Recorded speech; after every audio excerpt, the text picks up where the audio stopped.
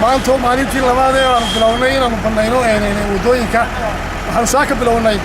inaanu ka soo bilowno laamigii ku soo wareegi jiray magaalada Emaynka ee ka soo bilaabay Muuse Jaamaca masaajidka Muuse Jaamaca ayaa ku soo bilownay saaka waxaanu qaadaynaa ciidii laamigaanu qaadaynaa dhinacyadanu banaynaynaa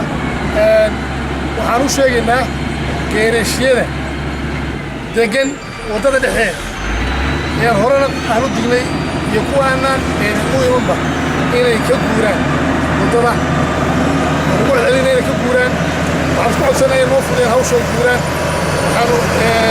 doonaynaa inaanu meel kasta oo magaalada wadda ku taalla inaanu banayno waxaan ku codsanaynaa dadka reer Burco inay nala shaqeeyaan intii nala shaqaysana waanu mahadnaqaynaa waxaanu hore u aragteen inaanu bilownay xabaalaan maxay cali inay guddiisa dhushay iyo xaafadaas ka soo dhushay waanu xabaalihii dhulkiisii aanu maaragtay banaynay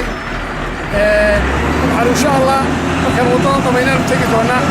xabaalayaasha kale ee magaalada marka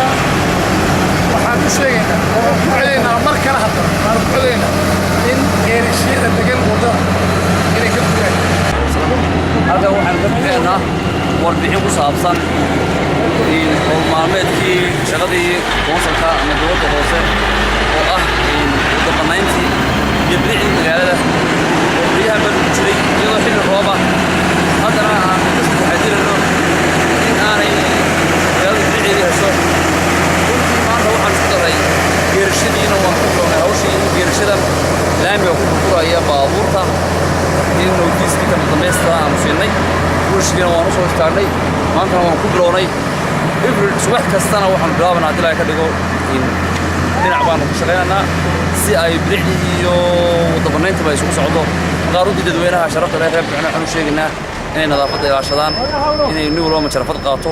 in iskaa wax u qabsaday oga horeba lagu shaqayn jiray lagu shaqeeyo oo dadnimada iyo damiirku uu shaqeeyo runtii waxaa muhiima qofka gurigiisa xaadhay ee kalena waxaadho sikadu way xaadhaysa